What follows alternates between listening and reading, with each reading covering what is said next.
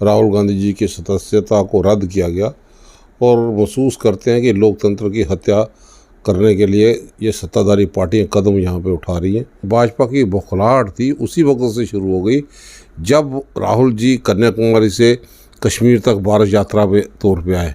हिंदुस्तान अगर ऊंचाइयों पे गया, बुलंदियों पे छू रहा है, हवाओं को चीरता हुआ अपनी आवाज़ को बुलंद कर रहा है, तो उसमें पीछे डॉक्टर अम्बेडकर साहब का कॉन्स्टिट्यूशन था, जिनके रोड मैप जिन्होंने हमें दिया। 35 रुपये किलो आटा लेना पड़ता, तो आज लोग महसूस करते हैं कि पुरानी कांग्रेस की सरकारें अच्छी थी। आप देखिए पिछले दिनों गुलाम नबी आज़ाद, कपिल सिब्बल, बड़े दिग्गज नेता कांग्रेस को छोड़ कर निकल कांग्रेस के छोड़ के वो निजी स्वार्थ के लिए काम कर रहे थे ना, देश के हित में काम करते ना।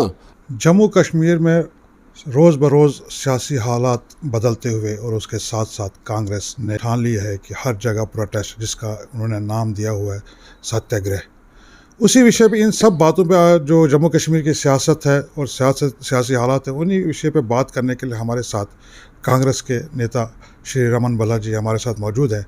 चले उनसे बात करते हैं और जानने की कोशिश करेंगे कि कांग्रेस का आगे जो लाया अमल होगा वो क्या होगा और जम्मू कश्मीर में जो सियासत है उस पर भी बात करेंगे। रमन बालाजी, आपका स्वागत है यंग बाइट्स में। बहुत बहुत शुक्रिया आपका।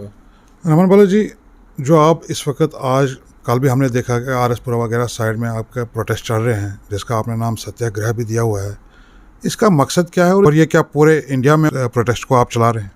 ऑल इंडिया कांग्रेस कमेटी के आदेश के मुताबिक ये उनका एक प्रोग्राम है, नेशनल वाइड प्रोग्राम है, जिस ढंग से राहुल गांधी जी की सदस्यता को रद्द किया गया और महसूस करते हैं कि लोकतंत्र की हत्या करने के लिए ये सत्ताधारी पार्टियां कदम यहाँ पे उठा रही हैं।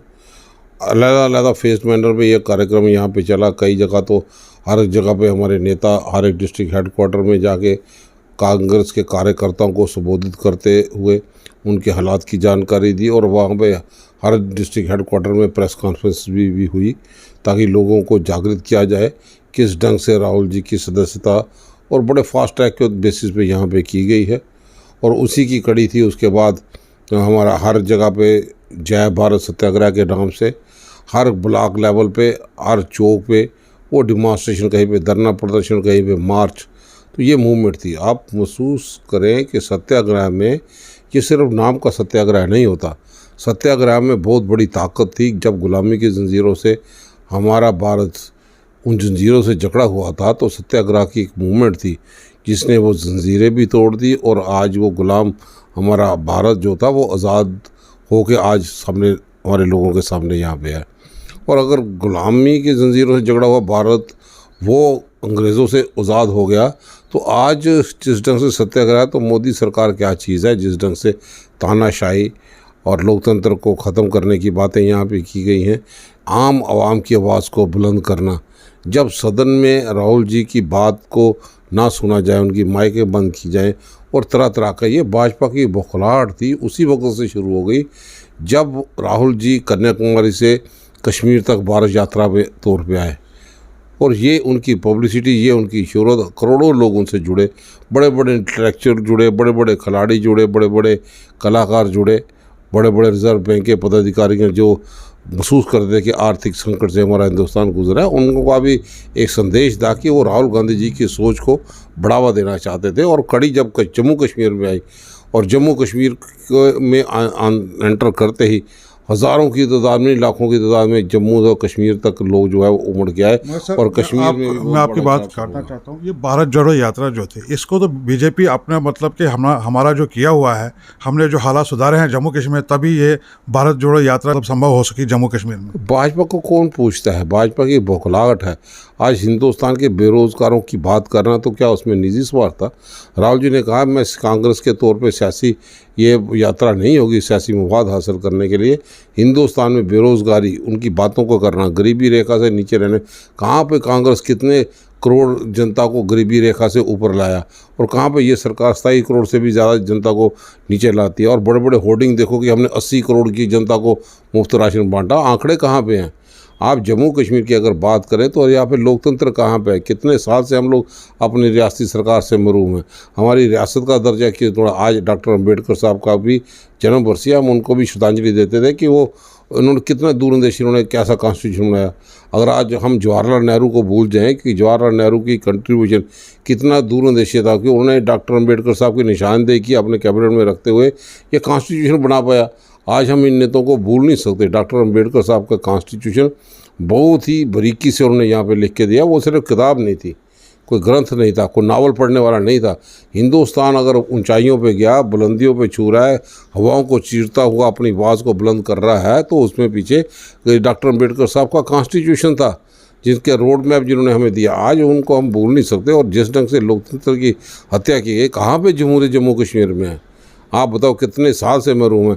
कहीं तो आंकड़े देते हैं कि जनाब हालात बिल्कुल ठीक है, कोई डीजी साहब का बयान आता है कि आतंकवाद बिल्कुल गिरावट पे है, लेकिन हमें जब डांगरी की बात देखते हैं तो लोग, निर्दोष लोगों की हत्या भी होती है, हत्यारा भी नहीं पकड़ा जाता। आज इस ढंग से आप देख सकें कि किस ढंग से ड्रोन का इस्तेमाल किया जा रहा है, चिंता का विषय है। आज हमारा भारत का जो लोग जुम्मेवार हैं वो क्यों आंखों से आंखें बात करके बात नहीं करते कि चाइना के ज़रिए करेंसी, चाइना के ज़रिए हथियार की ड्रॉपिंग हो रही है। आप मुंह तोड़ जवाब देना।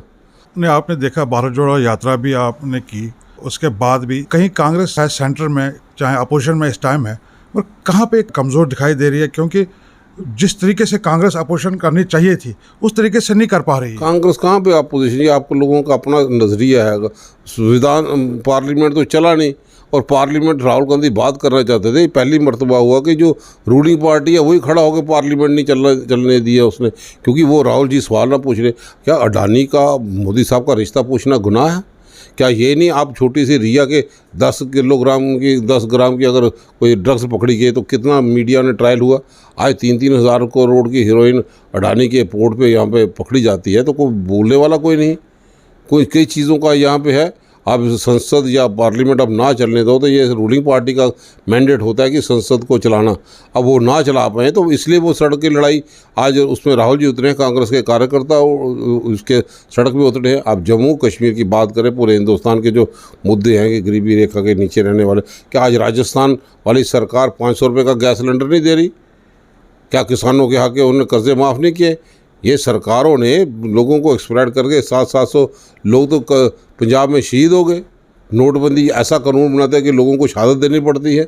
नोटबंदी बनाते हैं तो लोगों को कतारों में खड़ा होकर उनको शहादत देनी पड़ती है। किसानों का कानून वापस भी ले लिया, माफ़ी मांगी, 700 लोग उसमें मारे गए। तो बेहतरीन हमारे जो लोग थे, किस ढंग से यहाँ पे लोग थे। तो ये हो क्या रहा है जम्मू कश्मीर में, हिंदुस्तान में? आज उसी की कड़ी कि हम उसका भुगतान कर रहे हैं। इनको मैंडेट दफ़ा रियासत को तोड़ने का मैंडेट भाजपा को नहीं था। आज इसका जवाब लोग मांगेंगे कि भाजपा को ताकत दे दी, 25 तो विधायक बना दिए, 25 से ज़्यादा तो बन नहीं पाएंगे। MP भी बना दिए। लोगों ने सोचा भी एक ही बार पंच से लेकर प्रधानमंत्री तक एक ही विचारधारा के लोग, एक ही सोच के लोग बना दें। तो बदले में क्या मिला? लोगों ने जितनी ताकत से इनको वोट दिए, इन्होंने उतनी ताकत से यहाँ के जम्मू कश्मीर के जो नौजवान थे उनका गला काट दिया। अब उनके पास पेइंग कैपेसिटी नहीं है, अब उनके पास बेरोज़गारी है। आप डेली वेजर को रेगुलराइज नहीं कर रहे, SPOs को रेगुलराइज नहीं कर रहे, आप नई बटालियन नहीं खड़ी कर पे। हाँ, रोज़ आंकड़े देते हैं, हमने 1 लाख करोड़ से ज़्यादा बजट दे दी। भाई 8 साल से आपने करोड़ों रुपए के हमें आंकड़े बताते हो, लेकिन ज़मीनी सतह पे जब हम देखने के लिए जाएँ तो आंकड़े दिखाई कहाँ पे देते हैं?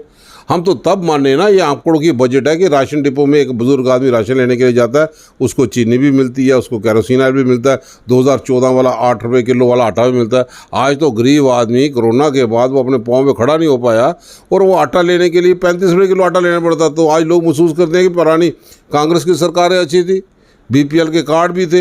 आज तो विडो पेंशन बंद हो गई, आज ओल्ड एज पेंशन बंद हो गई। सर, हमने देखा कि चलो हम बीजेपी भाजपा को हम इल्ज़ाम दे रहे हैं, मुल्क को सही ढंग से नहीं चला रहे हैं, या जो भी है उनका, महंगाई भी हो रही है, सब कुछ है, मगर हमारे कांग्रेस अगर पहले बताओ, आपकी फाइनेंस मिनिस्टर अमेरिका जाती है, अमेरिका का एक भी मंत्रालय का आदमी उसको रिसीव करने के नहीं जाता। मगर जब हम खुद ताकत हो, घर में जब ताकत हो, फिर तो हम बाहर लड़ सकते हैं, बाहर वाले के साथ लड़ सकते हैं। जब आपने घर में ही फूट पड़ी हुई है, खुद ही हम कमज़ोर हैं, तो फिर हम बाहर वाले साथ कैसे? घर में तो इनर पार्टी डेमोक्रेसी होती है। जमहूरियत इसलिए है, अम्बेडकर साहब ने हक दिया कि हम किसी को भी जवाब दें।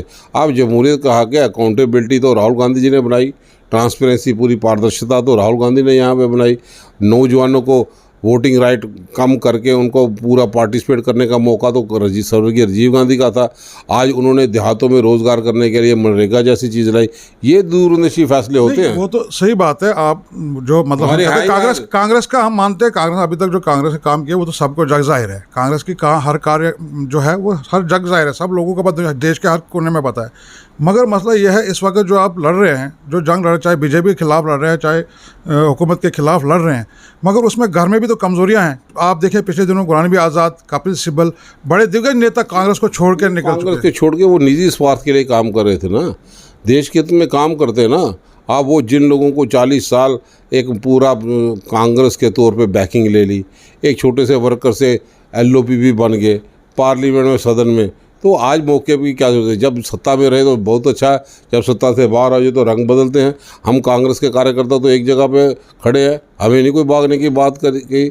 अब वो लोगों का निजी स्वार्थ, उनको चाहिए लग्जरियस लाइफ, वो अपने उस चीज़ सरकारी क्वार्टर, सरकारी बंगलों, सरकारी आलीशान अपने सारे सिक्योरिटी में घूमना चाहते हैं। आज विपक्ष की सब सिक्योरिटी हम लोगों की सारी विड्रा है, मोबाइल सिक्योरिटी हमारे पास नहीं। और हर जगह जो आतंकवाद कश्मीर तक था, अपने डांगरी के बाद दस्तक देने के बाद जम्मू कश्मीर को भी इस पोजीशन पे ला लिया कि जो विपक्ष है उनकी सुरक्षा कहीं नहीं। जब ये भाजपा बोलती है अभी एक देश एक कानून, और कोई MP नहीं हो तो राहुल गांधी जी की सदस्यता रद्द करने के बाद उसके क्वार्टर खाली किए जा सकते हैं, उनका टेलीफोन कनेक्शन काट दिया।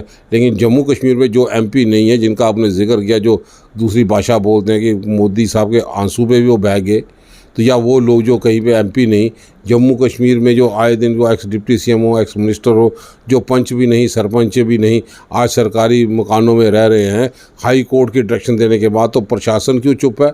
आप उस ऐसे शख्स को जो कहीं पे मैटर नहीं करता, गुजरात का अभी आपने देखा होगा जिसका जिक्र करने की ज़रूरत नहीं, Z+ कैटेगरी में घुमा और पूरी एडमिनिस्ट्रेशन के साथ मीटिंगें करके चला गया, तो क्या जम्मू कश्मीर में सिक्योरिटी में सेंध नहीं है। कितने बड़े बड़े महारथियों को आपने आड़े हाथों लिया, कौन लोग जिम्मेवार थे। आज सिलेक्टिव किलिंग है, आज टारगेटिंग किलिंग है। उन लोगों को कुछ जाने के बाद जनता पूछना चाहती है उसका किस RSS के साथ लिंक है, कौन से BJP के लोग थे गुजरात में जिन्होंने इनको प्रॉक्सी एक डिस्ट्रिक्ट एडमिनिस्ट्रेशन को इस्तेमाल करके उनको सुरक्षा घेरे भी दे दिए, वो ललित होटल में ठहरा और आओ वक्त भी करवा ली। जम्मू कश्मीर की जनता जानना चाहती है सरकार चुप क्यों है। सत्यपाल मलिक साहब बोलते हैं कि राम माधव RSS का आदमी जम्मू कश्मीर में 300 करोड़ की फाइलें पास करवाने के लिए आया था। जम्मू कश्मीर की भाजपा को तो शर्म आनी चाहिए, उनको डूब के मरना चाहिए कि ऐसे लोगों को नेता बनाया को जो यहाँ पे बचौली का काम करे। या सत्यपाल मलिक साहब झूठ बोलते हैं तो या प्रशासन चुप है, कार्रवाई क्यों नहीं करती। यंग बाइट्स में जुड़ने के लिए आपका शुक्रिया। बहुत बहुत शुक्रिया, थैंक यू। ये थे कांग्रेस के नेता हमारे साथ रमन बालाजी, जिनका ये कहना है कि जो आज हम सत्याग्रह चला रहे हैं और हम आहिस्ता आहिस्ता गवर्नमेंट है उसको हम घेरने की कोशिश करेंगे, और जो भी काम हम करेंगे लोगों के हित में करेंगे। कोई भी ऐसा कार्य नहीं होगा जो लॉ एंड ऑर्डर के बाहर होगा। Yasir Mir, young bytes, Jammu.